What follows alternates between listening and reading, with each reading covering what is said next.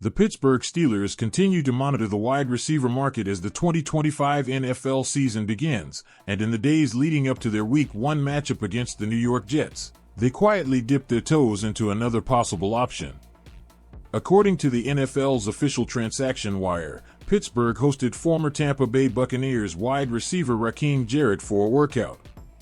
It was not a blockbuster move by any stretch, and it certainly doesn't carry the same weight as a rumored trade for someone like Terry McLaurin, but it serves as the latest example of how the front office has refused to close the door on bolstering its depth at the position. This is not new territory for the Steelers.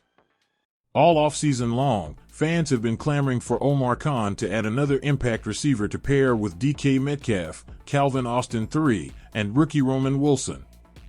The search has been steady but calculated. They brought in Gabe Davis twice, only to watch him ultimately sign back with Buffalo. They checked in on McLaurin, but those talks never approached the level of serious negotiation, partly because the price tag for a second splash wideout would have been massive and partly because Khan has been deliberate in his approach. He has been aggressive at times but has not allowed desperation to dictate decisions. The strategy has been clear: explore opportunities, gather information, and make moves only if they align with the long-term plan. That strategy explains why Jarrett's workout makes sense even if it isn't flashy. He represents a low-risk, potentially rewarding option who fits into the kind of back-end roster flexibility teams crave in September. At just 24 years old, the former Maryland product still has room to grow.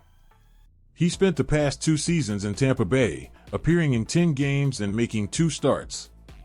In that time, he caught 13 passes for 184 yards, flashes of productivity but nothing that cemented him as a fixture in the Buccaneers' offense. Standing 6 feet tall and weighing 192 pounds, Jarrett profiles as a slot receiver with some versatility. He can also handle kick return duties, a trait that often gives fringe roster players an extra chance to stick around. For Pittsburgh, that versatility is appealing. Earlier this week, the team released veteran Robert Woods from the practice squad and replaced him with Lance McCutcheon, a younger option for their 16-man scout team. It was a reminder that even after final roster cuts, no job is truly secure, especially at the bottom of the depth chart. Practice squads are designed to be flexible, and the Steelers have shown they are willing to churn through names in search of the right mix. Bringing in Jarrett for a workout fits that pattern. He might not be destined for the 53-man roster immediately, but he could earn a chance to show his skills on the practice squad, learning the offense without taking up a valuable active roster spot. That possibility becomes more intriguing when you look at the current makeup of Pittsburgh's wide receiver room. On paper, the team already has 2 players who fit the slot profile in Calvin Austin III and Roman Wilson. Both are smaller, quicker receivers who thrive in space, capable of working underneath and creating separation out of breaks. Some might view the idea of adding another similar player as redundant, especially when the narrative all summer has been about Pittsburgh needing more size and physicality to complement Metcalf. But this is where understanding offensive philosophy matters. The Steelers have made it clear by their actions that they are not obsessed with prototypes. They are targeting players who fit their vision, and if that vision involves multiple slot-type receivers who can stress defenses horizontally and vertically, then adding someone like Jarrett aligns perfectly with the plan. It is also important to remember that the NFL is a league of attrition. Depth at receiver is never just about today's lineup. Injuries can flip a position group upside down overnight. A hamstring tweak here, a concussion protocol there, and suddenly what seemed like an overcrowded slot room feels paper-thin. Having someone like Jarrett stashed on the practice squad would give Pittsburgh insurance against that inevitability. And if he shows enough in practice, he could be elevated on game days and asked to contribute right away. Jarrett himself is a player still searching for his NFL identity. At Maryland, he was a dynamic presence, showing quickness, strong hands, and an ability to get open in tight spaces.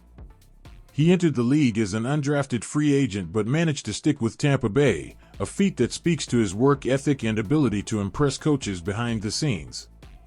While his time with the Buccaneers didn't lead to gaudy stats, he carved out enough of a reputation to earn looks from other teams. For the Steelers, who are always scanning for hidden gems, that resume is enough to warrant a closer look. The timing of this move is also worth noting. Hosting a player for a workout right before Week 1 shows that the Steelers are not letting the excitement of the season opener distract them from the bigger picture. Khan and his staff are operating on two timelines simultaneously, winning games now and building a roster that can survive the grind of the season. They know that Rodgers needs reliable weapons, and they also know that depth is not just a luxury, it's a necessity. Jarrett may never be more than a practice squad body. But he could also be the kind of mid-season call-up who makes a critical catch in December or produces a momentum-shifting return in a close game. The NFL is full of stories like that, and Pittsburgh has built its legacy on finding contributors where other teams weren't looking. Steelers fans may not get overly excited about a name like Rake Jarrett, but this kind of move embodies the philosophy that has made the franchise what it is. The Steelers have never been reckless chasers of headlines. They build patiently, trust their scouting, and always keep an eye on players who might be overlooked elsewhere. Jarrett fits that mold. If he earns a practice squad spot, he will have the chance to prove himself every day against one of the best defenses in football, and if he impresses enough, he will earn the right to join the group on Sundays. For now, the wide receiver room remains led by Metcalf, Austin, and Wilson, with veteran depth pieces filling in behind them. That trio will carry the offense early on, especially as Rodgers builds chemistry with his new weapons. But the door remains open for someone else to step through, whether it is Jarrett or another name down the line. Pittsburgh's front office has made it clear they will keep searching, keep testing, and keep adjusting until they are satisfied. And for a team with Super Bowl aspirations, that relentless attention to detail is exactly what fans should want. So while the headlines this week will focus on Rodgers' return to New York, Watt's chase of Justin Fields, and the quest for a 1-0 start, there is another story quietly unfolding behind the scenes. The Steelers are still building, still tweaking, still looking for that one extra piece that could matter when the season is on the line. Rake Jarrett may or may not be that piece, but the fact that Pittsburgh is looking tells you everything you need to know about how this team operates. They are never satisfied. They are always preparing. And that, more than anything else, is why Steelers Nation believes this team is ready for the grind ahead.